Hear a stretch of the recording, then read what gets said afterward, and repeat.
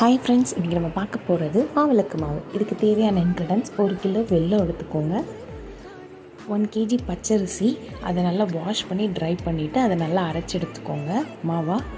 அப்புறம் 10 கிராம் சுக்கு, 10 ஏலக்காய் போட்டு நல்லா தட்டிட்டு அதை நம்ம மிக்சியில் போட்டு நல்லா பொடியாக எடுத்துக்கோங்க. அதை நல்லா சலிச்சிட்டு அதை நமக்கு தனியாக எடுத்து வச்சுக்கோங்க.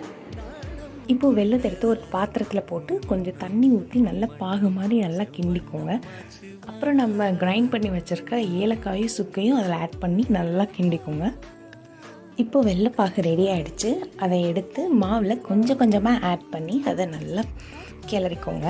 நல்லா எல்லாத்தையும் போட்டோம்னா அது சூடாக இருக்கும். ஸோ இந்த மாதிரி கன்சிஸ்டன்சியில் மாவை ரெடி பண்ணிக்கோங்க. இப்போ நாங்கள் நெக்ஸ்ட் டே வீரபாண்டி மாரியம்மன் கோயிலுக்கு போய் மாவிளக்கு எடுக்கிறதுக்காக ப்ராசஸ் பண்ண ஆரம்பிச்சிட்டோம். மாவிளக்கு நல்லா ஒரு விளக்கு சைஸில் போட்டு அதில் எண்ணெய் ஊற்றி திரி போட்டுட்டு சாமிக்கு